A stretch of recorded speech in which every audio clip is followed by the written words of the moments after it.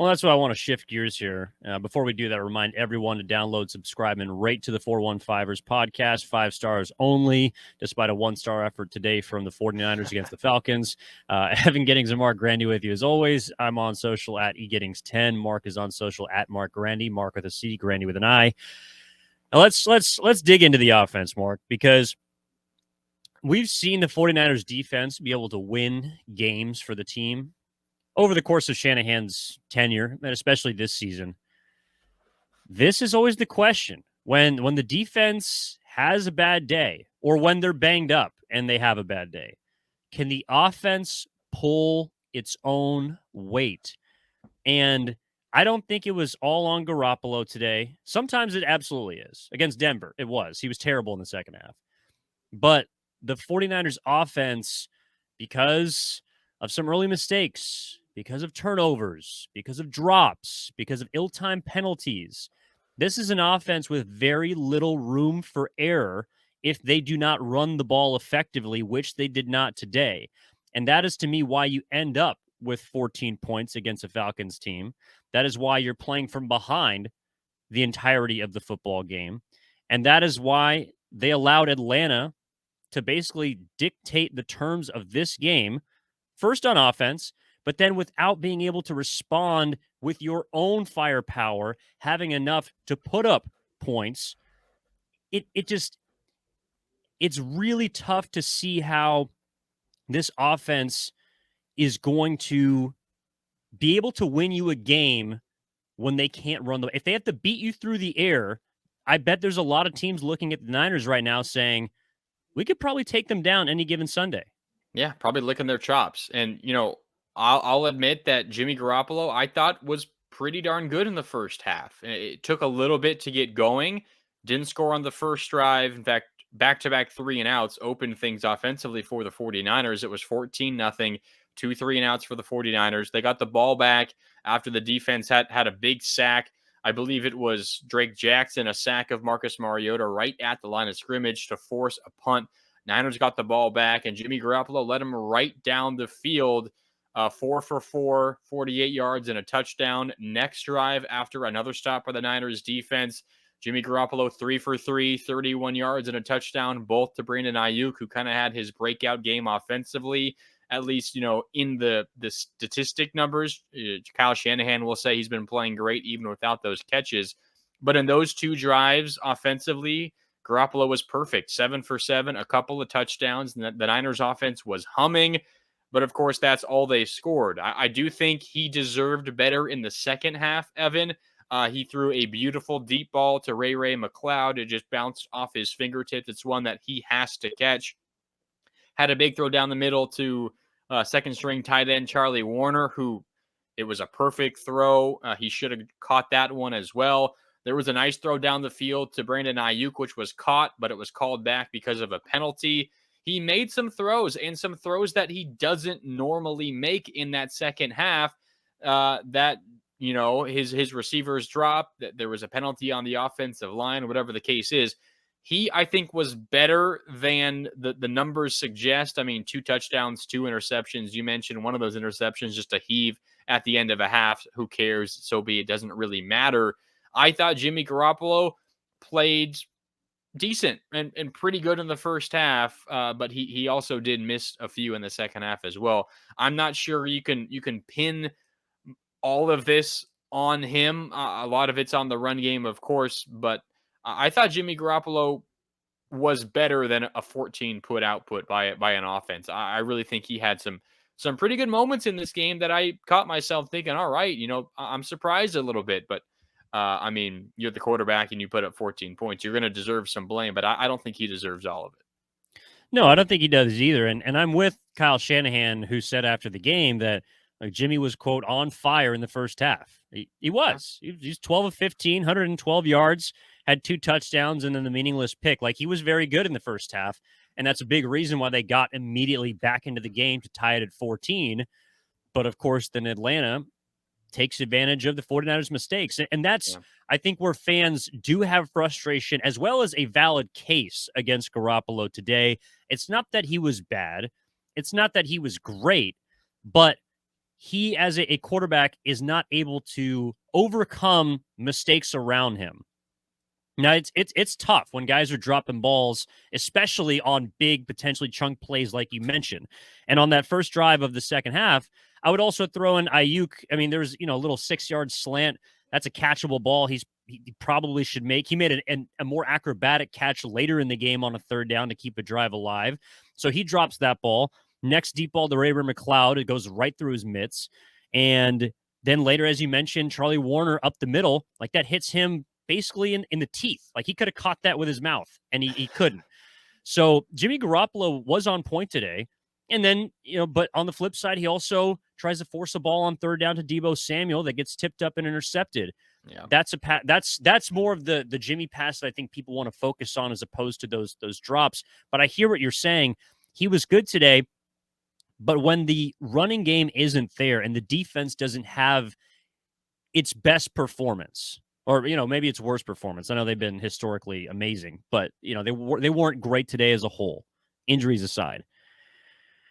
Jimmy is a guy that people that's where you kind of see the ceiling. Like he's not going to be able to will you back into a football game unless everyone around him is also doing their job, which they didn't today. And that's why to me he doesn't deserve all the blame, is because look, there were people that could have made plays to pick him up, but he's also not the guy that's going to then pick them up when they make mistakes around him. Yeah, I mean, I think in this discussion, expectations matter, and if you're disappointed or maybe a little surprised that Jimmy Garoppolo didn't play better, didn't put the team on his back, I would ask you what in the past has given you the idea that that's who Jimmy Garoppolo is, because it's just not. Like, you're not going to get games where Jimmy Garoppolo says, "Hey, no worries, guys. I will win this game by myself. Like I'll just do it." Like maybe the best instance of that is back in 2019, that game in the Superdome against the Saints, where Jimmy Garoppolo maybe had his best outing as a 49er. There were other players that had really big plays. I mean, the George Kittle taking the whole Saints defense for a ride down the sideline on a fourth down late in the game. That one stands out. But still, that was probably the best, like, I'll put the team on my back performance by Jimmy Garoppolo. But you have one example of that maybe in a long, long time and a big sample of him as your starting quarterback. I would say you should not be surprised that Jimmy Garoppolo was unable to do more. I mean, in this game, I'm willing to say I thought he played better than I was expecting. It's just because you have expectations for this sort of thing. I don't think anyone should be expecting Jimmy Garoppolo to be capable of doing those things, but he's certainly capable of managing a game, of managing a lead. But the Niners never led in this game. So I'm not really sure what people should be expecting beyond this. I mean, when Jimmy Garoppolo is trailing and the Niners are forced to pass the ball 41 times like they were tonight or today, simply it's not going to work out well too often. So I think the issue is, early in the game, you fall behind and you can blame both the offense and the defense for it. But then it's just simply never being able to get that offense going and that run game going specifically.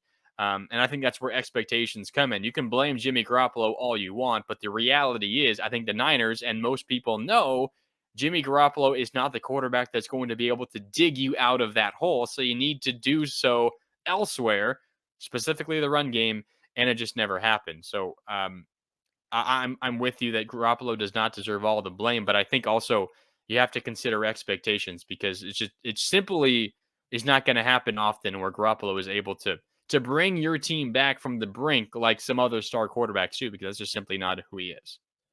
No, but can you understand how fans might view this game against? I'm not going to call Atlanta inferior. To me, that's a term for a team like Carolina, but they're average. I mean, they're probably close to a 500 team, maybe a game above, probably a game below by the end of the season.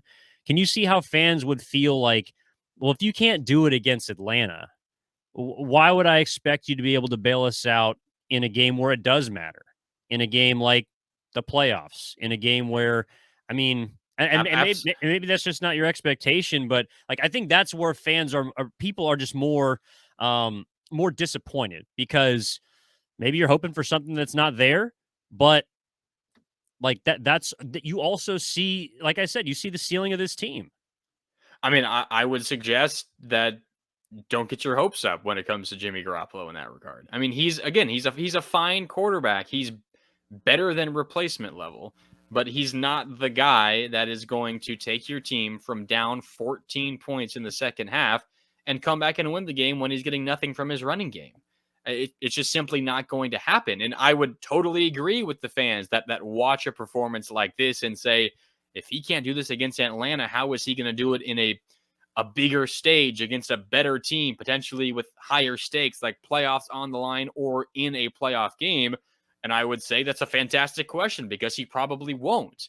Again, it's nothing against Jimmy Garoppolo as a person. We've talked a lot on the pod about he's, one of the more level-headed quarterbacks that this league has seen in a really long time, but he's just simply not the guy that's going to put together performances that'll bring you back from games like this. I mean, you look at some of the numbers for Kyle Shanahan, and a lot of these go hand in hand with Jimmy Garoppolo. Since Kyle Shanahan took over as head coach in 2017, the 49ers have been trailing by 7 or more points entering the fourth quarter 24 times. Can you guess how many times they've come back to win those 24 games? Again, most of them coming with Jimmy Garoppolo as their quarterback. I don't know, like 4?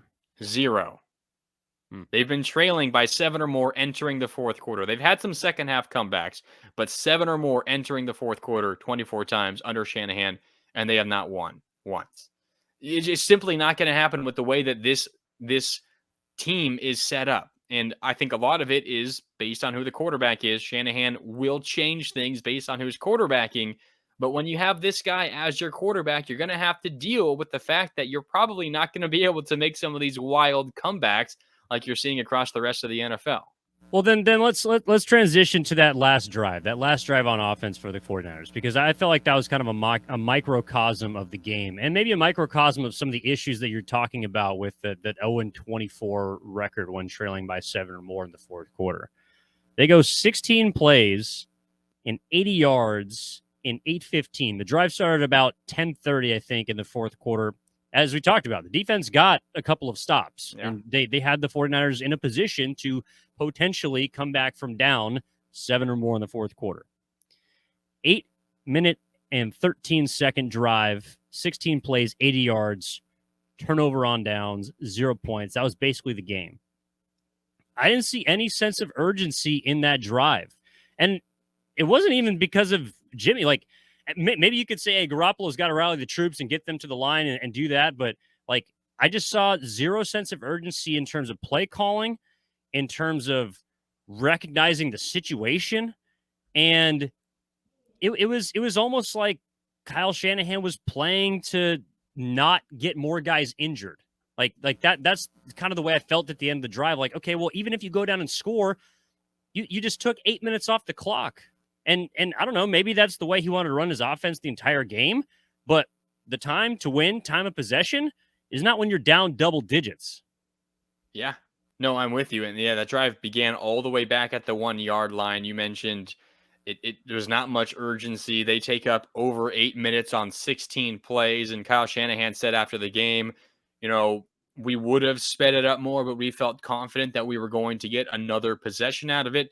They ultimately did, but of course they didn't score on the first possession. So it makes that second possession, empty, and it doesn't matter at all. I'm with you. That really stood out to me. I mean, I wrote that down before we even talked about what we wanted to hit on the episode today. And yeah, it was not much urgency. You did not see the team push the ball down the field that often. They converted. It was a long drive. It was a relatively successful drive.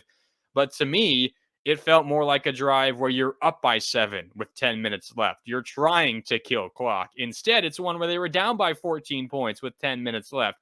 You need to score it. You need it quick. You do not need a long drive. You're just making it all the more difficult on your defense if you do get that score and you need another stop to get the ball back.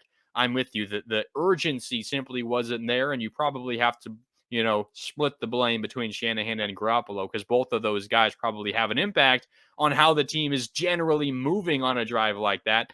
and less so about the play calling, but more so just about getting up to the line quick, moving the ball, sprinting up to the line after a 10-yard gain.